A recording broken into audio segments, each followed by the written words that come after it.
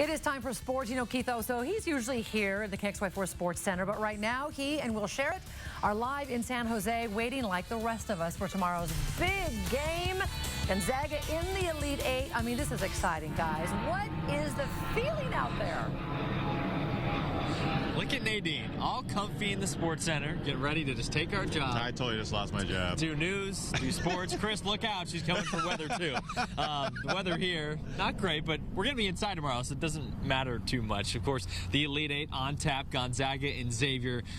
We hope Gonzaga will be here. Had no idea Xavier would have all these upsets. They took down a number 3 seed and number 2 in Arizona last night. Now both teams trying to get to their first Final Four in program history. Really easy to get distracted by that double-digit seed number in front of their name. Do not buy into that. If you knock off Arizona here at a neutral site, you're a legit basketball team. Gonzaga knows it, and they know they have their hands full come tomorrow.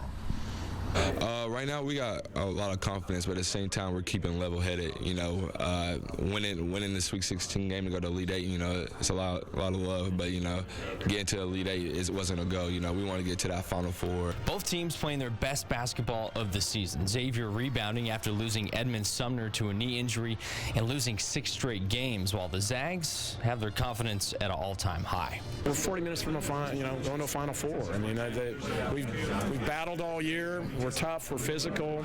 These kids are winners, and I think they've shown that all year. For GU, the tough task on Saturday, stopping Trevon Blewett, the Musketeers' leading scorer, who has been filling it up. I mean, I think every shot he shoots, it almost goes in, you know, so that makes it tough to begin with.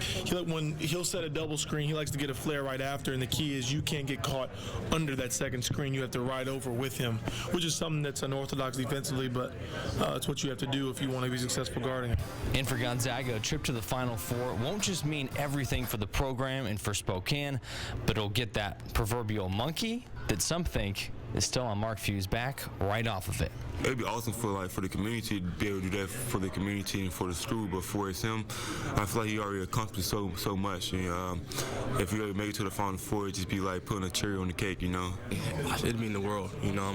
I'm here wearing number 13 for them to make that happen for him, you know. That's the reason a lot of guys committed to this school and a lot of guys transferred to this school to make that happen for him, you know. And for us to be that much closer to it, you know, it means the world to me.